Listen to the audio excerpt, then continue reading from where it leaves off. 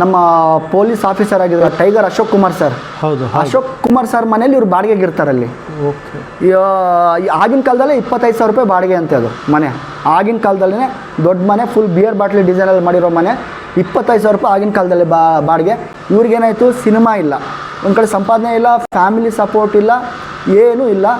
ಮನೆ ಜೀವನ ನಡೆಸೋದು ತುಂಬ ಕಷ್ಟ ಆಗಿ ಆಮೇಲೆ ಅವ್ರಿಗೆ ಆ ಮನೆಗೆ ಬಾಡಿಗೆ ಕಟ್ಟೋಕ್ಕೂ ಕೂಡ ಆಗದೆ ಆ ಮನೆಯಿಂದ ಹೊರಗಡೆ ಬಂದರು. ಇವರು ಏನು ಮಾಡೋದು ಜೀವನ ಅಂತ ಹೇಳಿದಾಗ ಆಮೇಲೆ ಎಲ್ಲ ಅವ್ರ ಫ್ಯಾಮಿಲಿಗೆಲ್ಲ ವಿಷಯ ಗೊತ್ತಾಗುತ್ತೆ. ವಿಷಯ ಗೊತ್ತಾಗಿ ಸ್ವಲ್ಪ ಮನಸ್ತಾಪಗಳು ಕೂಡ ನಡೆಯುತ್ತೆ.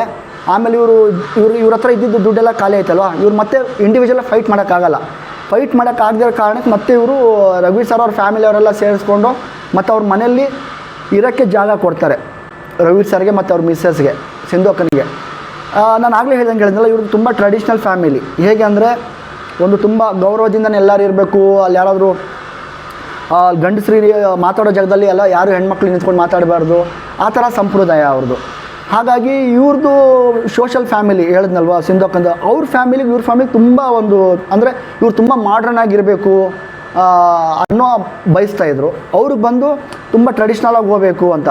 ಅವ್ರು ಹೇಗೆ ಅಂದರೆ ನಮ್ಮ ರಘುವೀರ್ ಸರ್ ಅವರು ಅಕ್ಕಂದಿರು ಆಗಿರ್ಬೋದು, ತಂಗಿ ಆಗಿರ್ಬೋದು, ಅವ್ರ ಅತ್ತಿಗೆಂದಿರು ಆಗಿರ್ಬೋದು, ಅವ್ರು ಇವತ್ತಿಗೂ ನಮ್ಮ ಕಲ್ಚರ್ ಮೇಲೆ ನಮ್ಮ ಗೌರವನ ತುಂಬ ಒಂದು ಪಾಲಿಸ್ತಾ ಬಂದಿದ್ದಾರೆ. ಅವ್ರಿಗೂ ಕೆಲವೊಂದು ವಿಷಯಗಳು ಮನಸ್ತಾಪಗಳು ಬೇರೆ ಬೇರೆ ಥರ ಬರ್ತಾಯಿತ್ತು. ಆಮೇಲೆ ಇವರು ಎಲ್ಲ ಕೆಲಸಗಳು ಅವ್ರುಗಳ ಕೈಯಲ್ಲಿ ಮಾಡಿಸ್ಕೊಂಡು ನಾನು ಯಾಕೆ ಮಾಡಲಿ ಅನ್ನೋದು ಆ ಒಂದು ಹೊಂದಾಣಿಕೆ ಇವರಲ್ಲಿ ಬರ್ತಿರ್ಲಿಲ್ಲ. ಆಮೇಲೆ ಸರಿ ಓಕೆ ಸುಮ್ಮನೆ ಮನೇಲಿ ಯಾಕೆ ಸುಮ್ಮನೆ ಕಿರಿಕಿರಿಗಳು ಅಂತ ಹೇಳಿ ಮತ್ತು ಇವರೆಲ್ಲ ಸೈಲೆಂಟ್ ಆಗಿದ್ರು ಅವ್ರ ಹೆಂಡತಿ ಬೇಡ ಇಲ್ಲಿರೋದು ಬೇಡ, ನಾವು ಸಪ್ರೇಟಾಗಿ ಇರೋಣ ಅಂಥೇಳಿ. ಆಮೇಲೆ ಅವರು ಬೇಡ ಇಲ್ಲೇ ಇರೋಣ ಅಂತ ಇವ್ರು ರಘುವೀರ್ ಸರ್ ಆರ್ಗ್ಯುಮೆಂಟ್ ಮಾಡ್ತಾರೆ. ಆಗ ಅವ್ರು ಏನು ಮಾಡ್ತಾರೆ, ಕೋಪಿಸ್ಕೊಂಡು ಸೀದಾ ಚೆನ್ನೈಗೆ ಹೋಗ್ತಾರೆ ಸಿಂಧು ಅಕ್ಕ. ಸರಿ ಚೆನ್ನೈಗೆ ಹೋದಾಗ ಏನು ಮಾಡ್ತಾರೆ, ಇವರು ಒಬ್ಬರೇ ಇಲ್ಲಿ ಮನೇಲಿ ಇರೋಕ್ಕಾಗಲ್ವಲ್ಲ, ಸರಿ ಇವ್ರು ಹೋಗೋದು ಬರೋದೆಲ್ಲ ಮಾಡ್ತಾ ಇರ್ತಾರೆ. ಆಮೇಲೆ ಟೋಟಲಾಗಿ ಫ್ಯಾಮಿಲಿಯಿಂದ ಪರ್ಮನೆಂಟಾಗಿ ಇವರು ಹೊರಗಡೆ ಬಂದುಬಿಡ್ತಾರೆ. ಬಟ್ ಹೇಗಂದರೆ ಅವರು ಫ್ಯಾಮಿಲಿಯಲ್ಲಿ ಇನ್ನೊಂದು ವಿಷಯ ಏನಂದರೆ ಅವರು ಒಂದು ಪುರಾತ ಕಾಲದಿಂದ ಅವ್ರದ್ದು ಕುಟುಂಬದಲ್ಲಿ ಹೇಗಂದರೆ ಅವ್ರ ಫ್ಯಾಮಿಲಿಯಲ್ಲಿ ಯಾರಾದರೂ ಒಂದು ಗೆರೆ ಹಾಕಿದ್ರೆ ಆ ಗೆರೆ ದಾಟಿ ಯಾರೂ ಹೋಗಲ್ಲ. ರಾಮಾಯಣದಲ್ಲಿ ಸೀತೆಯವರು ಲಕ್ಷ್ಮಣ ಹಾಕಿರೋ ಗೆರೆನ ದಾಟ್ಬಿಟ್ಟು ಹೋದರು. ಬಟ್ ಇವ್ರ ಫ್ಯಾಮಿಲಿಯಲ್ಲಿ ಹಾಗಲ್ಲ. ಆ್ಯಕ್ಚುಲಿ ಅವರು ಏನಂದರು, ನನ್ನ ಪಾಲಿಗೆ ನನ್ನ ಮಗ ಅಲ್ಲ, ಅವನ ಯಾರು ಯಾವುದೇ ರೀತಿಯಲ್ಲಿ ಸಹಾಯ ಮಾಡಿಕೊಡ್ದು ಮಾಡಿದ್ರೆ ನಂಗೆ ಗೊತ್ತಾದರೆ ಆಮೇಲೆ ನಿಮ್ಮನ್ನು ಕೂಡ ನಾನು ಮಾತಾಡ್ಸಲ್ಲ ಅನ್ನೋದು ಆ ರೀತಿಯಲ್ಲಿ ಅವ್ರ ತಂದೆ ಎಲ್ಲರಿಗೂ ಒಂದು ಫ್ಯಾಮಿಲಿಯಲ್ಲಿ ಕೂಲಾಗಿ ಒಂದು ಆರ್ಡ್ರ್ ಮಾಡ್ತಾರೆ. ಹಾಗಾಗಿ ಅವ್ರ ತಂದೆ ಮಾತನ್ನ ಯಾರೂ ಮೀರಿ ಇವ್ರಿಗೆ ಸಹಾಯ ಮಾಡೋಕ್ಕೆ ಬರ್ತಿರಲಿಲ್ಲ. ಚಿತ್ರರಂಗದವರಿಂದನೂ ಸಪೋರ್ಟ್ ಸಿಗ್ತಾ ಇರಲಿಲ್ಲ. ಹಾಗೆ ಅವ್ರು ದಿನ ದಿನ ದಿನ ದಿನ ತುಂಬ ಕುಗ್ತಾ ಬಂದರು. ಯಾಕಂದರೆ ಹುಟ್ಟಿದಾಗೇ ಅವ್ರು ಚಿನ್ನ ಸ್ಪೂನಲ್ಲಿ ಜೇನುತುಪ್ಪ ಕೂಟ್ಕೊಂಡು ಬೆಳೆದವರು. ಆಗಿನ ಕಾಲದಲ್ಲೇ ಅವರು ಸ್ನಾನ ಮಾಡಿ ಬಟ್ಟೆ ಹಾಕೋಬೇಕಾದ್ರೆ ಜೋಬಲ್ಲಿ 15-20 ಸಾವಿರ ರೂಪಾಯಿ ಬಂಡ್ಲು ಕ್ಯಾಶ್ ಇರ್ತಾಯಿತ್ತು ಪ್ರತಿ ದಿವಸ ಖರ್ಚಿಗೆ ಕಾಲೇಜ್ ಲೈಫಲ್ಲಿ. ರಘುವೀರ್ ಸರ್ ಅವರು ಅವ್ರ ಕುಟುಂಬದಿಂದ ದೂರ ಆದಮೇಲೆ ರಘುವೀರ್ ಸರ್ ಅವರ ಕುಟುಂಬದವರು ಯಾರೊಬ್ಬರು ಅವ್ರಿಗೆ ಸಹಾಯ ಮಾಡ್ತಿರ್ಲಿಲ್ವ ಅಂತ? ರಘುವೀರ್ ಸರ್ ಅವ್ರ ಕುಟುಂಬದವರು ಹೇಗಂದರೆ ನನಗೆ ಗೊತ್ತಿರೋ ಪ್ರಕಾರ ಅವಾಗವಾಗ ಇವ್ರು ಬರೋರು, ಯಾರು ಮಹೇಶ್ ಅಣ್ಣ ಅಂತ ಬರೋರು. ಅವರ ರಘುವೀರ್ ಸರ್ ಅವ್ರ ತಮ್ಮ. ಅವರು ಅಜಯ್ ವಿಜಯ್ ಸಿನಿಮಾ ಅವರೇ ನಿರ್ಮಾಣ ಮಾಡಿದರು. ಅಜಯ್ ವಿಜಯ್ ಅವ್ರದ್ದೇ ಪ್ರೊಡ್ಯೂಸರ್ ನೇಮ್ ಇರುತ್ತೆ, ಎಂ ಮಹೇಶ್ ಕುಮಾರ್ ಅಂತ. ಮಹೇಶ್ ಅಣ್ಣ ಬಂದು ಆವಾಗ ಅವ್ರು ಸ್ವಲ್ಪ ಈ ಕನ್ಸ್ಟ್ರಕ್ಷನ್ ಫೀಲ್ಡಲ್ಲೆಲ್ಲ ಸ್ವಲ್ಪ ತುಂಬ ಆ್ಯಕ್ಟಿವ್ ಆಗಿದ್ರು. ಅಂದರೆ ಅವರು ರಘುವೀರ್ ಸರ್ ಅವ್ರ ಫ್ಯಾಮಿಲಿದೆಲ್ಲ ಇವರೇ ಸ್ವಲ್ಪ ಜಾಸ್ತಿ ನೋಡ್ಕೊಳೋದು ಅವೆಲ್ಲ ಮಾಡ್ತಿದ್ರು. ಆಗ ಅವರು ಬಂದಾಗೆಲ್ಲ ಸ್ವಲ್ಪ ಹೆಲ್ಪ್ ಮಾಡಿ ಕೊಟ್ಟು ಹೋಗೋರು. ಅದು ಬಿಟ್ಟರೆ ಲೀಗಲಾಗಿ ಹೆಲ್ಪ್ ಮಾಡಿದ್ದು ಯಾರು ಅಂದರೆ ಅವರು ದೊಡ್ಡಕ್ಕ ಶಶಿಕಲಾ ಅಕ್ಕ ಅಂತ, ಎಂ ಶಶಿಕಲಾ ಅಕ್ಕ. ಈ ಚೈತ್ರದ ಪ್ರೇಮಜಲಿ ಸಿನಿಮಾ ಎಲ್ಲ ಪ್ರೊಡ್ಯೂಸ್ ಮಾಡಿದವರೇ, ಅವ್ರದ್ದೇ ನೇಮ್ ಇರುತ್ತೆ ಎಂ ಶಶಿಕಲಾ ಅಕ್ಕ ಅಂತ. ಅವರಂತೂ ಅವಾಗ ಮನೆಗೆ ಹೋದಾಗ ಅಕ್ಕಿ ಬೇಳೆ ಸಕ್ಕರೆ ಅವು ಇವು ಅದ್ರ ಜೊತೆಲಿ ದುಡ್ಡು ಎಲ್ಲ ಇಟ್ಟು ಅವಾಗ ಕೊಟ್ಟು ಕಳಿಸೋರು. ನಾನು ಎಲ್ಲಾದರೂ ದುಡ್ಡು ಬೀಳಿಸ್ಕೊಬಿಡ್ತೀನಿ, ಮಿಸ್ ಆಗುತ್ತೆ ಅಂತ ಹೇಳಿಬಿಟ್ಟು ಅವರು ನನ್ನ ಕೈ ಕ್ಯಾಶ್ ಎಲ್ಲ ಕೊಡ್ತಾ ಇರಲಿಲ್ಲ. ಚಿಕ್ಕ ಹುಡುಗ ಅಲ್ವಾ, ಎಲ್ಲಾದರೂ ಮಿಸ್ ಮಾಡ್ಕೊತಾನೆ ಇವನು ಅಂತೇಳಿ ಅವರು ಕೊಟ್ಟು ಮತ್ತು ಇವ್ರಿಗೆ ಫೋನ್ ಮಾಡಿ ಹೇಳಿಬಿಡೋರು. ಅಷ್ಟರಲ್ಲಿ ಇವರು ಇನ್ಫಾರ್ಮ್ ಮಾಡ್ಕೊಳೋರು, ಅಕ್ಕ ಹಿಂಗೆ ಬೇಕು ನೋಡಿ ಇದರಲ್ಲಿ ಇಟ್ಟಿದ್ದೀನಿ ಹೀಗೆ ಅಂತ. ನಾನು ಮನೆ ಒಳಗಡೆ ಬ್ಯಾಗ್ ಹೋಗಿ ಇಟ್ಟಿದ ತಕ್ಷಣ ಇವ್ರು ಟಕ್ಕ ಹುಡ್ಕೋರು, ಏನು ಇವ್ರು ಹಿಂಗೆ ಹುಡುಕ್ತಾರೆ, ಅಲ್ಲಿ ಇರೋದೇ ಸಕ್ಕರೆ ಬೇಳೆ ಗೋಧಿ ಹಿಟ್ಟು ಅಕ್ಕಿ ಅದು ಬಿಟ್ಟರೆ ಬೇರೆ ಏನಿದೆ ಅಲ್ಲಿ, ಯಾಕೆ ಇವ್ರು ಹಿಂಗೆ ಹುಡುಕ್ತಾವ್ರೆ ಅಂತ ನಾನು. ಸರಿ ಏನು ಸರ್ ಹಂಗೆ ಹುಡುಕ್ತಾ ಇದ್ದೀರಾ ಅಂದರೆ, ಇರಪ್ಪ ಹೇಳ್ತೀನಿ ಇರಪ್ಪ ಅಂತ. ದುಡ್ಡು ಸಿಕ್ಕಿದ ತಕ್ಷಣ ಖುಷಿ. ಹಿಂಗೆ ನೋಡಿದ ತಕ್ಷಣ ತಗೋ ಹೋಗಿ ಮೊದಲು ಒಂದು 6 ಮೊಟ್ಟೆ ತಗೋ, ಒಂದು ಪ್ಯಾಕ್ ಸಿಗರೇಟ್ ತಗೋ, ಒಂದು ಫುಲ್ ಬಾಟ್ಲು ತಂದುಬಿಡು ಅನ್ನೋರು. ನನಗೆ ಅಯ್ಯೋ ರಾಮ, ದುಡ್ಡು ಇವಾಗ ಬಂದಿದೆ, ಇವ್ರು ಆಲ್ರೆಡಿ ಫುಲ್ ಬಾಟ್ಲು ಸಿಗರೇಟು ಮೊಟ್ಟೆ ಅಂತಿದ್ದಾರಲ್ವ ಇವರು. ನನಗೆ ಆಶ್ಚರ್ಯ ಆಗುತ್ತೆ. ಸರ್ ಅದು ನಾಳೆ ತೊಗೊಳೋಣ ಬಿಡಿ ಸರ್. ಇಲ್ಲ ಹೋಗಪ್ಪ ನೀನು ಅಂತ ಹೇಳೋರು. ಅಂದರೆ ಆ ತಗೊಂಡಿದ ತಕ್ಷಣ ಏನು ಮಾಡೋರು, ಬೇರೆ ಫ್ರೆಂಡ್ಸ್ಗಳು ಫೋನ್ ಮಾಡಿ ಕರೆಯೋರು ಬನ್ನಿ ಅಂತ. ಅಂದರೆ ನೋಡಿ, ಅವ್ರ ಹತ್ರ ಬಂದಿರೋ ದುಡ್ಡನ್ನ ಅವ್ರು ಇಟ್ಕೊತಾ ಇರಲಿಲ್ಲ, ಆ ದುಡ್ಡನ್ನ ಬೇರೆಯವರು ಕೂಡ ಕರೆದು ಕುಡಿಸಿ ಟ್ರೀಟ್ ಮಾಡಿ ಕಳಿಸೋರು ಅವರು. ಅಂದರೆ ಆ ಮನುಷ್ಯನಿಗೆ ಕಷ್ಟ ಅನ್ನೋದೇ ಗೊತ್ತಿಲ್ಲದಿರೋ ವ್ಯಕ್ತಿ ಅವ್ರು ಎಷ್ಟೇ ದುಡ್ಡು ಬಂದರೂ ಕೂಡ ಅದನ್ನು ಇನ್ನೊಬ್ರಿಗೆ ಟ್ರೀಟ್ ಮಾಡೋ ಅಂಥ ಮನೋಭಾವ ಇತ್ತು. ಈ ರೀತಿ ಅವರು ಅವ್ರ ಅಕ್ಕ ಕೊಡೋವಂಥ ದುಡ್ಡು ಅವರು ಪರ್ಸ್ನಲಿ ಏನೇ ಒಂದು ಸಮಸ್ಯೆ ಇದ್ದರೂ ಕೂಡ ಆ ಸಮಸ್ಯೆಗೆ ಅವರು ಬಳಸ್ಕೊತಾ ಇರಲಿಲ್ಲ. ಹಾಗೆ ಫ್ರೆಂಡ್ಸ್ ಫ್ರೆಂಡ್ಸ್ನ ಕುಣಿಸಿದ್ರ ತಿನ್ಸಿದ್ರ, ಅಂದರೆ ಇವ್ರು ಯಾವಾಗೂ ಫ್ರೆಂಡ್ಸ್ಗಳು ಸ್ನೇಹಿತರುಗಳ ಜೊತೆ ತುಂಬ ಆ್ಯಕ್ಟಿವ್ ಆಗಿರೋಕ್ಕೆ ಇಷ್ಟಪಡೋರು. ಸಿನಿಮಾದವ್ರ ಜೊತೆ ಭಾಳ ಕಮ್ಮಿ. ಯಾಕಂದ್ರೆ ಇವರು ಎಲ್ಲೇ ಕೂತ್ಕೊಂಡ್ರೂ ಹೋದ್ರೂ ಜನ ಜಾಸ್ತಿ ಸೇರೋರು. ಒಂದು ಫ್ರೆಂಡ್ಸ್ ಗ್ಯಾಂಗು ಅಷ್ಟೇ.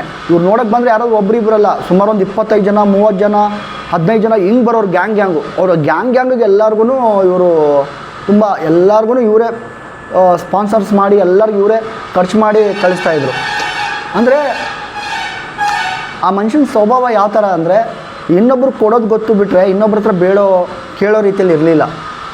ಯಾರೋ ಇವಾಗ ಅವರು ಆ್ಯಕ್ಚುಲಿ ಹೇಳ್ಬೇಕಂದ್ರೆ ಒಂದೊಂದು ಸರಿ ಇವ್ರು ಬರೋರು, ಗೋವಿಂದಣ್ಣ ನಮ್ಮ ಶೃಂಗಾರ ಕಾವ್ಯ ಸಿನಿಮಾ ಪ್ರೊಡ್ಯೂಸರು, ಸ್ವಂತ ಅಣ್ಣನೇ.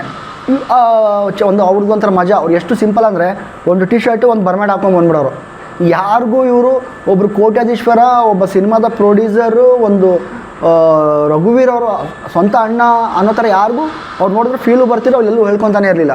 ಅವ್ರು ಎಷ್ಟು ಸಿಂಪಲಾಗಿ ಓಡಾಡೋರು ಅಂದರೆ, ಬಟ್ ಅವರು ಕೂಡ ಬರೋರು ಏನು ಮಾಡೋರು, ರಘುವೀರ್ ಸರ್ ಹತ್ರ ಇವ್ರು ಪಾರ್ಟಿ ಕೊಡೋರಲ್ವ ರಘುವೀರ್ ಸರ್, ಅದಿತ್ತಲ್ಲಿ ಇವರು ಪಾರ್ಟಿ ಎಂಜಾಯ್ ಮಾಡ್ಕೊಂಡು ಹೊರಟೋಗೋರು. ಬಟ್ ಅಲ್ಲಿ ಇವರು ಮಹೇಶ್ ಅಣ್ಣ ಒಬ್ಬರೇ ಇದು ಮಾಡ್ತಿದ್ರು. ಅವರು ಗೋವಿಂದಣ್ಣ ಏನು ಆರ್ಥಿಕ ಸಹಾಯ ಏನೂ ಮಾಡ್ತಾ ಇರಲಿಲ್ಲ. ಅದು ಬಿಟ್ಟರೆ ಅವರು ಶಶಿಯಕ್ಕ ಅಂತಿದ್ರು, ಆಮೇಲೆ ಇನ್ನೊಬ್ಬರು ವೇದಕ್ಕ ಮತ್ತು ಪದ್ಮಕ್ಕ ಅಂತಿದ್ರು. ಕೋರ್ಮಂಗದಲ್ಲಿ ಒಬ್ಬ ಅಕ್ಕ ಇದ್ದರು, ಆಮೇಲೆ ಸಂಪಂಗಿರಾಮ ನಗರದಲ್ಲಿ ಒಬ್ಬರು ಅಕ್ಕ ಇದ್ದರು. ಅವ್ರ ಮನೆಗೆಲ್ಲ ಹೋಗೋರು. ಅವ್ರು ಸ್ವಲ್ಪ ಅವರು ಭಾವಂದ್ರಿಗೆ ಗೊತ್ತಿಲ್ದಂಗೆ ಸ್ವಲ್ಪ ಮನೆ ಕರೆದು ಕೊಟ್ಟು ಕಳಿಸೋರು. ಬಟ್ ಹಾಗೆ ಜಾಸ್ತಿ ಅತಿ ಹೆಚ್ಚಾಗಿ ಕೊಡ್ತಾಯಿದ್ದು ನನಗೆ ಗೊತ್ತಿರೋ ಪ್ರಕಾರ ಶಶಿಕಲಾ ಅಕ್ಕ ಒಬ್ಬರು ಕೊಡ್ತಾಯಿದ್ರು. ತುಂಬ ಅವ್ರ ಇಡೀ ಫ್ಯಾಮಿಲಿ ಕುಟುಂಬದಲ್ಲಿ ಅತಿ ಹೆಚ್ಚು ಅವ್ರಿಗೆ ಜೀವನಕ್ಕೆ ಬೇಕಾಗಿರೋ ರೀತಿಯಲ್ಲಿ ಸಹಾಯ ಮಾಡ್ತಾಯಿದ್ರು ಅವ್ರು ಒಬ್ಬರೇ. ಹಾಗಾಗಿ ಯಾಕಂದರೆ ಯಾವತ್ತು ಯಾರಾದರೂ ಏನು ಒಳ್ಳೇದು ಮಾಡಿದ್ದಾರೆ ಅದು ಹೇಳಲೇಬೇಕಲ್ವ. ಯಾಕಂದರೆ ಇವಾಗ ಕೆಲವರು ಅವರಿಲ್ಲ ಇವರಿದ್ದಾರೆ, ಅವ್ರ ಬಗ್ಗೆ ಹೈಲೈಟ್ ಮಾಡಿ ಮಾತಾಡೋಣ, ಇವರಿಲ್ಲ ಇವ್ರ ಬಗ್ಗೆ ಯಾಕೆ ಮಾತಾಡೋಣ, ಆ ಥರ ನನಗಿಲ್ಲ. ಅದೇನು ಆ ಟೈಮಲ್ಲಿ ನಾನು ನನ್ನ ಕಣ್ಮುಂದೆ ಏನು ನಡೆದಿದೆಯೋ, ಏನು ನಾನು ನೋಡಿದ್ದೀನೋ ಅದೇ ವಿಷಯನ ನಾನು ಮಾತಾಡ್ತಾಯಿದ್ದೀನಿ. ಹಾಗೆ ಕೆಲವರು ಬರೋರು, ಸಿನಿಮಾದವ್ರು ಕೆಲವರು ನಿರ್ದೇಶಕರು ಬರೋರು, ಕಥೆಗಳು ಹೊಸ ಕಥೆಗಳು ಹೇಳೋರು, ಆ ಪ್ರಾಜೆಕ್ಟ್ ಹಂಗೆ ಮಾಡೋಣ ಹೀಗೆ ಮಾಡೋಣ ಅಂತ ಬರೋರು. ಆಮೇಲೆ ಅವರು ಸಿನಿಮಾ ಮಾಡ್ತಾರೋ ಬಿಡ್ತಾರೋ, ಬಟ್ ಇವ್ರು ಎಲ್ಲರಿಗೂ ಇವರೇ ಟ್ರೀಟ್ ಮಾಡಿ ಕಳಿಸೋರು. ಸುಮಾರು ಜನ ರಘುವೀರ್ ಸರ್ ಹತ್ರ ಕುಡಿದು ತಿಂದು ಆ ಮಜಾ ಮಾಡ್ಬೇಕಂದ್ರೆ ಎಷ್ಟೋ ಜನ ಬರೋರು. ಕತೆ ಹೇಳ್ಕೊಂಡು ನಾವು ಪ್ರೊಡ್ಯೂಸ್ ಮಾಡ್ತೀವಿ ಅಂತ ಹೇಳ್ಕೊಂಡು, ಸಿನಿಮಾ ಮಾಡ್ತೀವಿ ಅಂತ ಹೇಳ್ಕೊಂಡು ಎಷ್ಟೋ ಜನ ಬರೋರು. ಅವರೆಲ್ಲರಿಗೂ ಇವರೇ ಇದು ಖರ್ಚು ಮಾಡ್ತಾಯಿದ್ರು. ಏನಕ್ಕಂದರೆ ಆಗಿಂದು ಆ ಒಂದು ಕಾಲದಲ್ಲಿ ಅವರು ದೊಡ್ಡ ಶ್ರೀಮಂತ ಅಂತ ಎಲ್ಲರಿಗೂ ಗೊತ್ತು.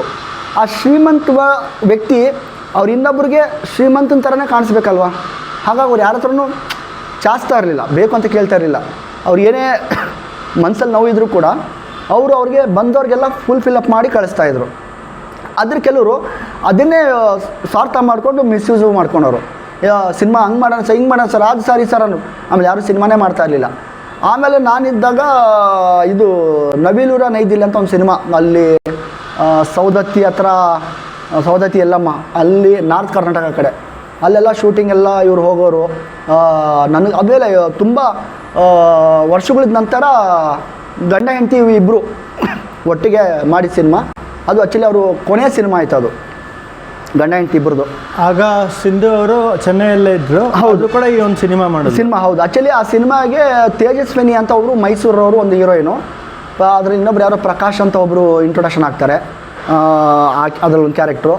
ಆಮೇಲೆ ಶ್ರೀಕಂಠು ಅಂತ ಒಬ್ಬರು ಕಾಮಿಡಿಯನ್ ಆ್ಯಕ್ಟ್ರು, ಮೈಸೂರು ಶ್ರೀಕಂಠು ಅಂತ. ಆ ಸಿನಿಮಾಗೆ ಒಂದು 4 ಜನ ಏನೋ ನಿರ್ಮಾಪಕರು, ಆಮೇಲೆ ಒಂದು ಒಳ್ಳೆಯ ನಿರ್ದೇಶಕರು. ಸಾಂಗ್ಸ್ ಎಲ್ಲ ಆ್ಯಕ್ಚುಲಿ ಸೆಂಟ್ರಲ್ಲಿ ಹಂಸಲೇಖ ಸರ್ಗೂ ರಘುವೀರ್ ಸರ್ ಗ್ಯಾಪ್ ಆಗಿತ್ತು. ಆ ಗ್ಯಾಪ್ ಆದಮೇಲೆ ಮತ್ತೆ ಆ ನವಿಲೂರ ನೈದಿಲೆ ಸಿನಿಮಾ ಮಾಡಿದ್ದು.